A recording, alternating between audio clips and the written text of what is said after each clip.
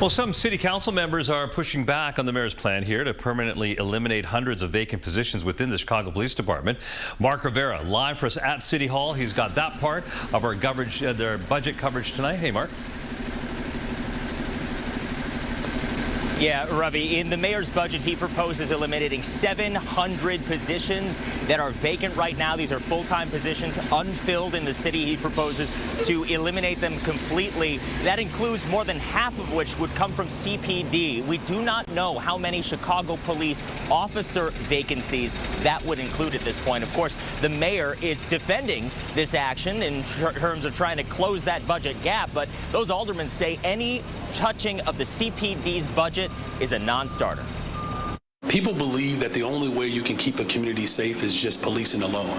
Mayor Brandon Johnson underscoring his effort to balance the city budget without layoffs by in part targeting unfilled vacant positions, including at least 400 in the Chicago Police Department. The majority of those are non-sworn civilian positions, around 400.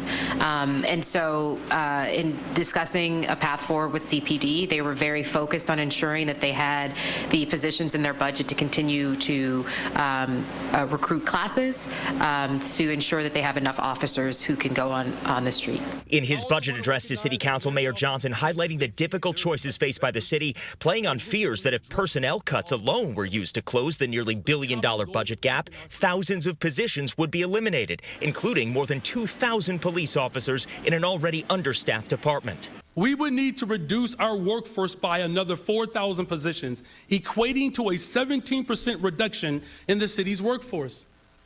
We would have to reduce our police force by 2,500 personnel, or just under 20%. We would be forced to reduce our fire department by over 600 personnel. But eliminating CPD positions is a non-starter for vocal opponents to the proposed budget, Alderman Brendan Riley and Silvana Tabares. We can do a lot better than eliminating 400 vacancies in the Chicago Police Department. That's not where you cut.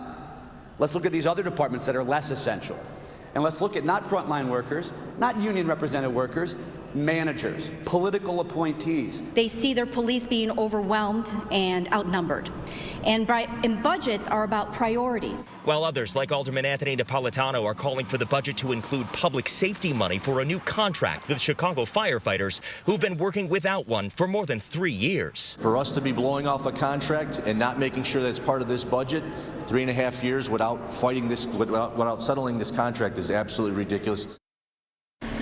Now, the mayor in a news conference said that there is a mechanism in the budget for a new contract with the Chicago firefighters. But of course, this is far from over for the mayor and his budget team. Of course, those hearings start next week. Live outside of City Hall, Mark Rivera, ABC 7 Eyewitness News. Back to you. All right, a lot of changes happening there, Mark. Thank you. And you can watch Mayor Johnson's entire budget address. It's on our news app or wherever you stream.